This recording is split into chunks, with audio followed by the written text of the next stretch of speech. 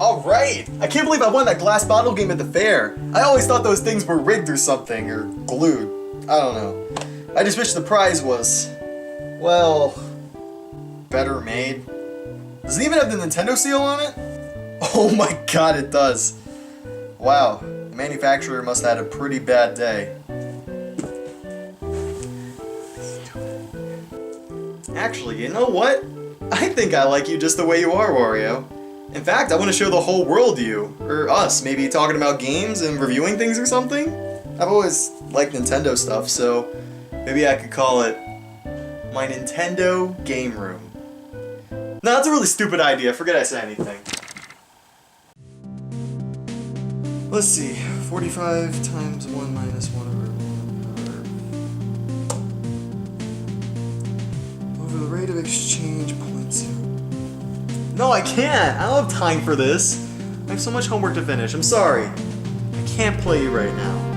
I didn't even quit reviews just because of what happened with Wario. So many things have changed since I started my channel. I got bigger, there were more responsibilities. I always had to worry about being on schedule and schoolwork. It was just too much. So, I guess I'm just all past that now. I didn't have time to enjoy games anymore. You know what? Maybe one round of Pokemon Y wouldn't hurt. Wait, where the heck did my 3DS go? Wait, how the heck did you get over there? No worries, I take good care of my electronics, so I will pick you up. Wait, where'd it go? I'm gonna chase you all over the freaking house if I have to. Where is it? No. Oh no. Hardcore.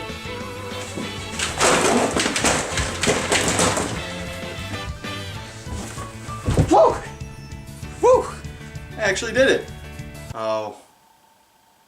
Man, what the heck happened? This used to be my place of solitude, where I taught the world about video games and... What'd I say? The adventure of my wildest dreams. Yeah, that was really stupid. You know, I remember the first episode. I sat in the chair, right over there. What'd I do with Wario? With someone with sunglasses, told him to go in the next transition or something. Good times. You know what? Whew. Hey everyone, and welcome to Barog's Nintendo Game Room, where I review one game a week as long as it's ever on a Nintendo system, and I let you know if it's worth your time or not. One game a week? What the heck was I thinking? That was never gonna work. But yeah, this is it. This is where it all started.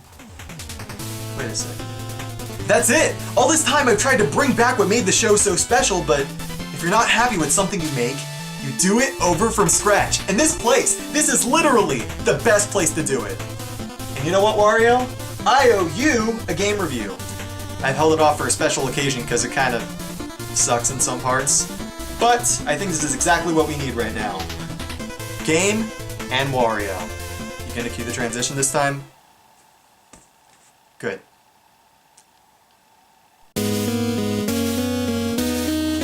Now you're reviewing with... Oh my god, Wario, you got the wrong one! Get the second one! Idiot.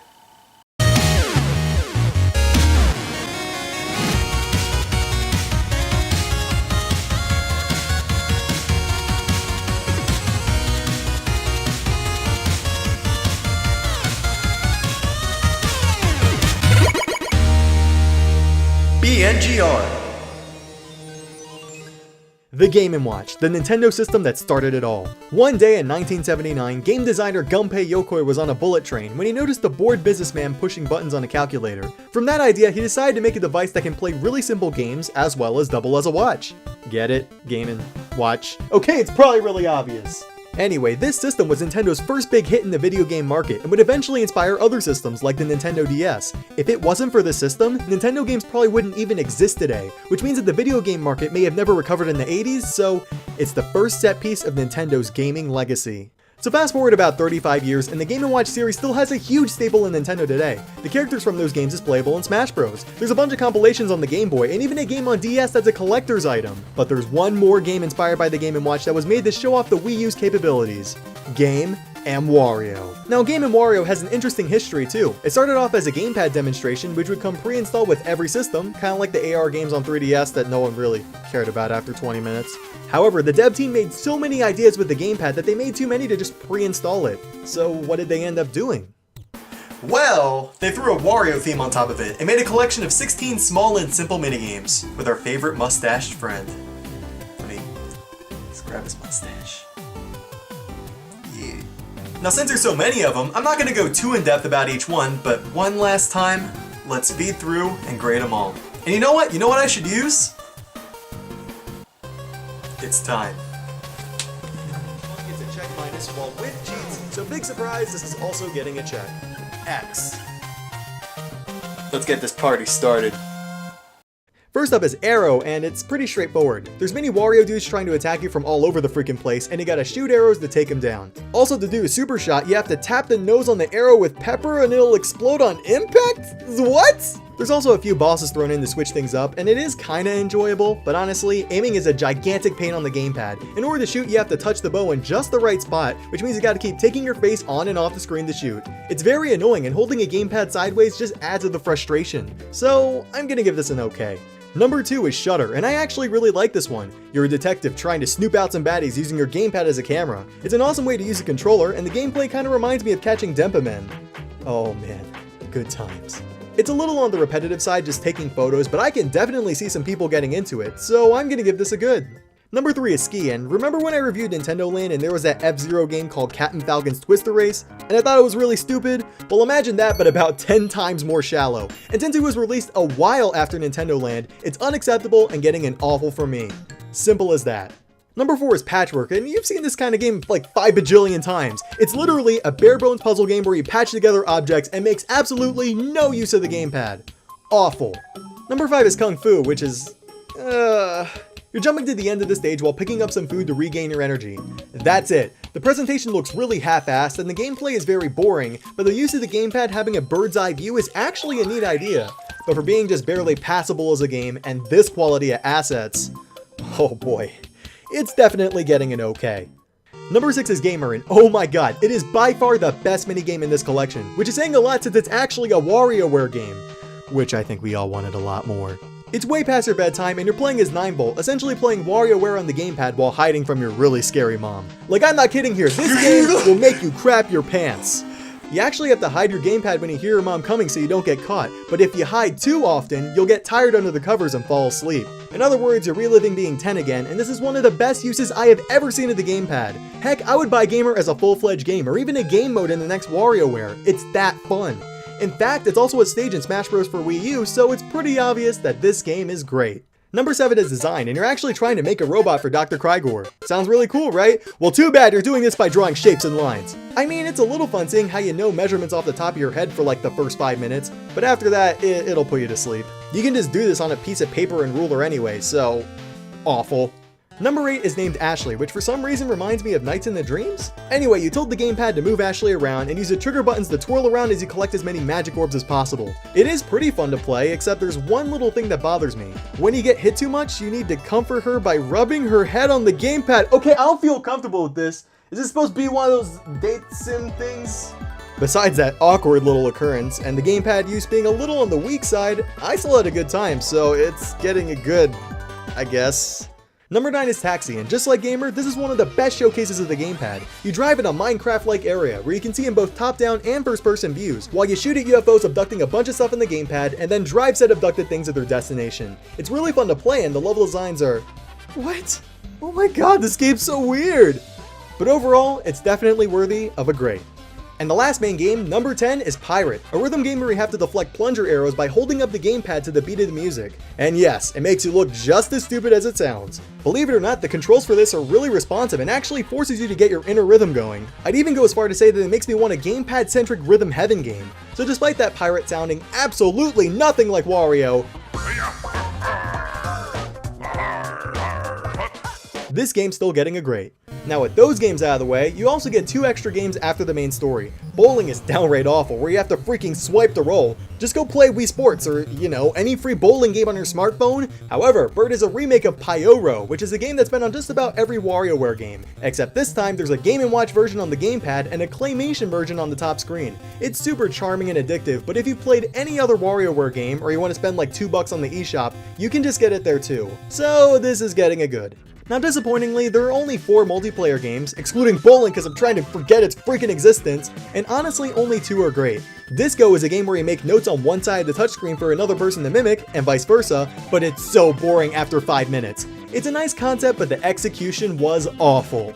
Fruit, however, is a game where the gamepad player controls one character in a room, but everyone else has to guess who he or she is while the player steals 3 fruits. Once again, a great idea, but with people looking way too similar and even having the same hair colors, the game is almost impossible without sketching it out. And when I tried it with a group of friends, nobody wants to do that at a party.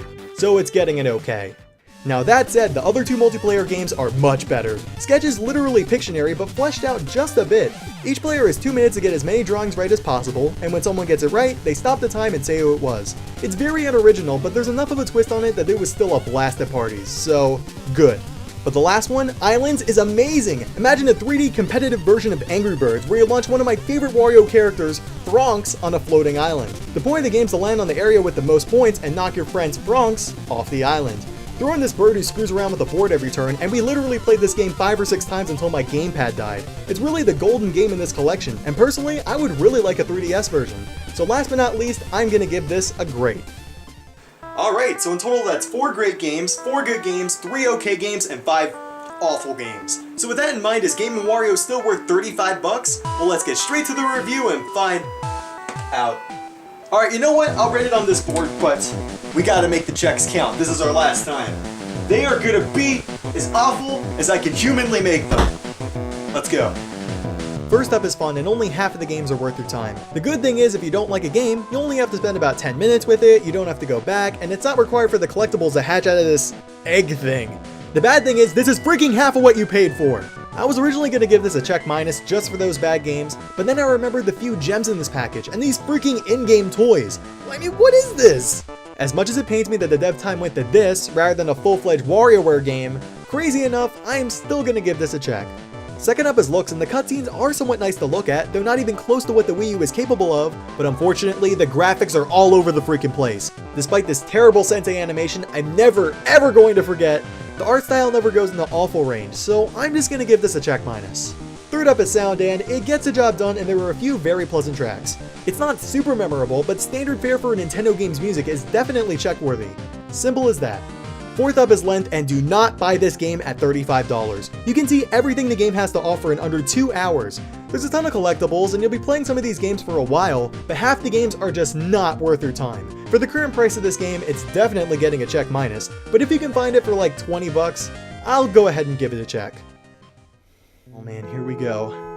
In conclusion, Game & Wario is a great showcase of how Nintendo's grown over the past 30 years. Releasing Game & Watch handhelds to arcade games, the consoles and franchises and merchandise out the wazoo, these guys have really come a long way. And Game & Wario, as much as a mess as it is in quality, unintentionally pays homage to all of it, and reminds me why I got into Nintendo games in the first place. A boy and his blob, troubles and blobble-blony. Where's Wikipedia? I don't know about you, Wario, but I love me some rhythm games. You bought me my own Christmas gift with my own money? You're dead.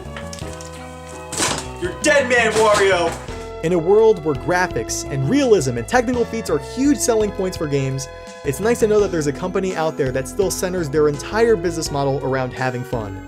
And if there's anything that I've learned in the past 25 games I've reviewed, fun is really the main reason why I even tried playing any of them. So similar to how Nintendo had their ups and downs as a company, but still made something amazing at the end, Game & Wario is literally the same. Some of the games were duds, but the ones that were good were really freaking good.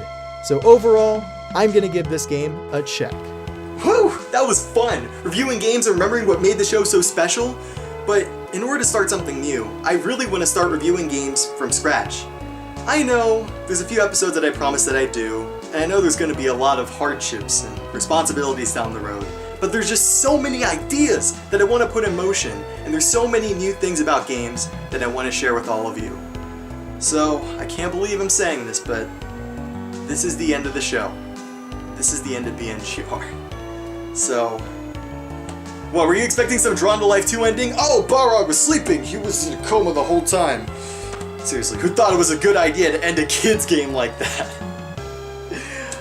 Whoa. You okay, Furuki? Anyway, I wish I could stay longer, but I got a class to get to. I'm still in college after all. But before I go, Wario, there's one thing I want to tell you. I know I made you the bad guy in our show. I know that you're just a doll. But if it wasn't for you, if I didn't win you at that fair, I wouldn't be talking to everyone right now about games. So, to me, that's as real as it gets, buddy. I'll see you soon. And you too, Froakie. Come on. Group hug. And to you, the viewer, thanks so much for sticking with me the past couple years. I wouldn't be anywhere here without you either. So, with that said, you'll probably see what I'm doing next in your sub boxes eventually, if those things even work. So stick with me and you'll get some cool stuff coming soon. But to make things right now, there's one last thing we gotta do.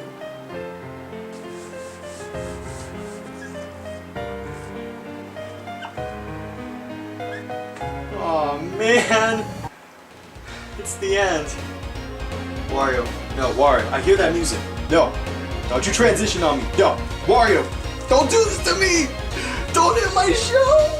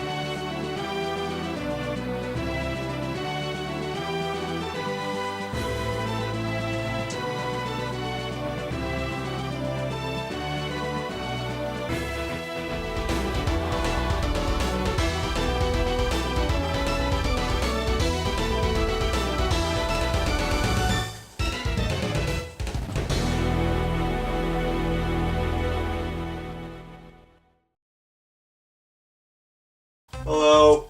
If you're watching this, that means you finished BNGR. The show's over, so sorry about that. However, if you want to watch me do it all over again, all 25 episodes, I'm gonna sit here and wait till you click somewhere on the screen, and I'll do it all again for you. I'll stand up from this chair, do the intro thingy, and there you go. It's there for you. I'm always gonna be here for you, because I am on your screen, I am on YouTube, I am some data file in a database that's never gonna go away until YouTube stops existing, so if you wanna click on me, that'd be cool. If not, whatever. I'm just gonna wait eternally until you click. You know, I could have done so many things to make this whole time loop thing work better, but this is as good as you're gonna get from me. I mean, since when have any of my plots like ever made sense? Still haven't clicked. Well, fine. I'll be here for a few more centuries.